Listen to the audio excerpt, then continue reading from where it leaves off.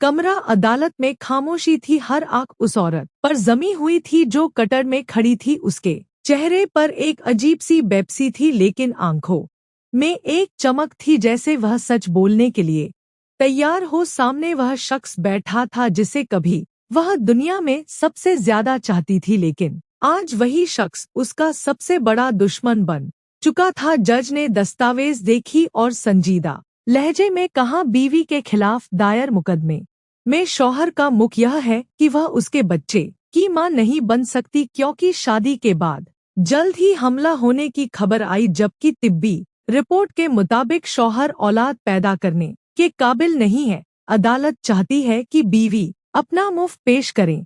औरत ने गहरा सांस लिया। पूरा हाल खामोश था। वह कुछ कहना चाहती थी, लेकिन अल्फाज जैसे कहीं खो गए थे। फिर अचानक वह बोली, मुझे कुछ कहने की इजाजत दी जाए। जज ने सारी लाया। यह सच है कि शादी के 2 माह बाद ही मुझे मालूम हुआ कि मैं हाला हूँ। यह भी सच है कि मेरे शौहर ने मुझ पर शक किया और तलाक की धमकी दी, लेकिन यह आधी हकीकत है, पूरी नहीं। आज मैं सब कुछ बताने आई हूँ। यह सब कुछ कैसे शुरू हुआ। यह कहानी कुछ महीने पहले शुरू हुई थी। शादी के बाद वह और उसका शौहर एक खुशहाल जिंदगी गुजार रहे थे। मोहब्बत भी थी और एतमाद भी, लेकिन एक दिन उसके शौहर की रिपोर्ट्स आई और उसका कहना था कि वह कभी बाप नहीं बन सकता। यह खबर सुनते ही जैसे सब कुछ बदल गया। उसके शौहर की मोहब्बत शक में बदलने लगी। एक दिन अचानक उसने सख्त लहजे में कहा, अगर तुम कभी हमला हुई तो मुझे शक नहीं होगा, बल्कि यकीन होगा कि वह बच्चा मेरा नहीं। यह सुनकर वह अंदर से टूट गई, लेकिन वक्त गुजरता रहा। परेशानी की शुरुआत 2 माह बाद जब उसे मालूम हुआ कि वह हाला है, तो वह खुद भी खौफ जदा हो गई। वह जानती थी कि शौहर क्या सोचेगा, और हुआ भी वही। शौहर ने तलाक देने की धमकी दे दी, लेकिन ससुर ने बीच में आकर कहा कि बच्चे की पैदाइश के बाद ही फैसला किया जाएगा। अगर बच्चा शौहर से मुशा हुआ तो सब ठीक, वरना तलाक दे दी जाएगी। 9 महीने कुर्ब में गुजारे। हर दिन हर रात वह अपनी किस्मत पर अफसोस करती रही, लेकिन उसने किसी को हकीकत नहीं बताई। वह इंतजार कर रही थी कि शायद वक्त सब कुछ खुद ही हल कर दे। पैदाइश का दिन और चुका देने वाली हकीकत। आखिर वह दिन आ पहुंचा जब बच्चे की पैदाइश हुई। जैसे ही बच्चे को पहली बार उसके सामने लाया गया, तो पूरे खानदान के चेहरे पर हैरानी थी।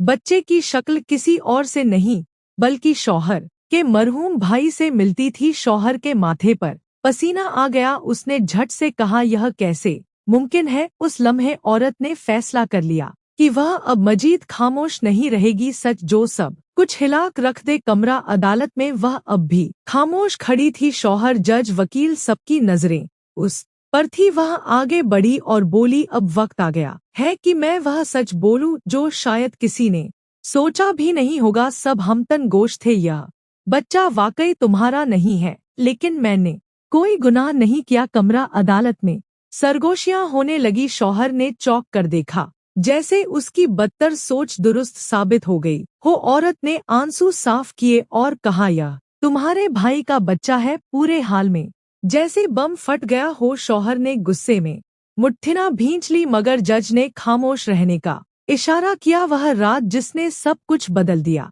उसने बोलना जारी रखा, यह सब कुछ एक हादसा था, एक ऐसा हादसा जिसके बारे में मैं कभी सोचा भी नहीं था। तुम्हें याद है, तुम्हारा भाई तुम्हारी शादी के वक्त बीमार था। वो आखिरी दिनों में था, लेकिन हम सबको उम्मीद थी कि वह बच जाएगा। शौहर ने सार हिलाया, लेकिन चेहरे पर सख्ती बरकरार थी।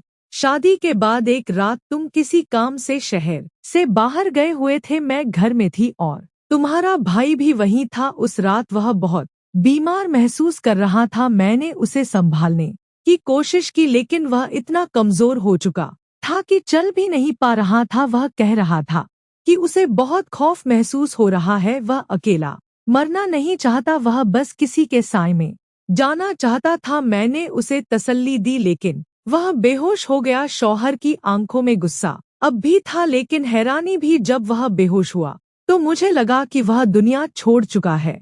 मैंने तुम्हें कॉल की, लेकिन तुम्हारा फोन बंद था। मैंने डॉक्टर को बुलाया, मगर जब तक वाया तुम्हारा भाई हमेशा के लिए जा चुका था। शौहर ने जोर से मेज पर हाथ मारा तो यह बच्चा मेरे मरे हुए भाई का है। औरत ने बेपसी से सारी लाया। हाँ, लेकिन तुम सोच रहे हो कि ऐसा कैसे हो सकता है। हकीकत यह है कि मरने से पहले उसने अपनी जिंदगी बचाने की आखिरी कोशिश की थी। मैं उसे संभालने में लगी रही और डॉक्टर ने बताया कि बेहोशी की हालत में उसके जिस्म के कुछ हुलिये महफूज किए जा सकते हैं ताकि बाद में वह बाप बन सके। लेकिन सब कुछ इतना जल्दी हुआ कि मैं उस सच्चाई को कबूल ही नहीं कर पाई। कमरे अदालत में सन्नाटा था। जज ने कुछ देर सोचा, फिर बोले, इस औरत ने जो कुछ कहा इसका कोई सबूत है? वह खामोश रही, फिर अपनी जेब से एक फाइल निकाली। यह डॉक्टर की रिपोर्ट है जिसमें वाजे लिखा है कि बच्चे की जिनिया शिनाख्त मेरे शौहर के भाई से मिलती है और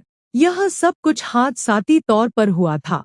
मैंने कोई गुनाह नहीं किया। मैंने बस एक जिंदगी को महफूज रखने की कोशिश की जो शायद मेरे हाथ में भी निकल गई। शौहर की आंखों में आंसू आ गए। उसने फाइल देखी, फिर बच्चे की तरफ देखा जो करीबी नर्स के हाथ में था।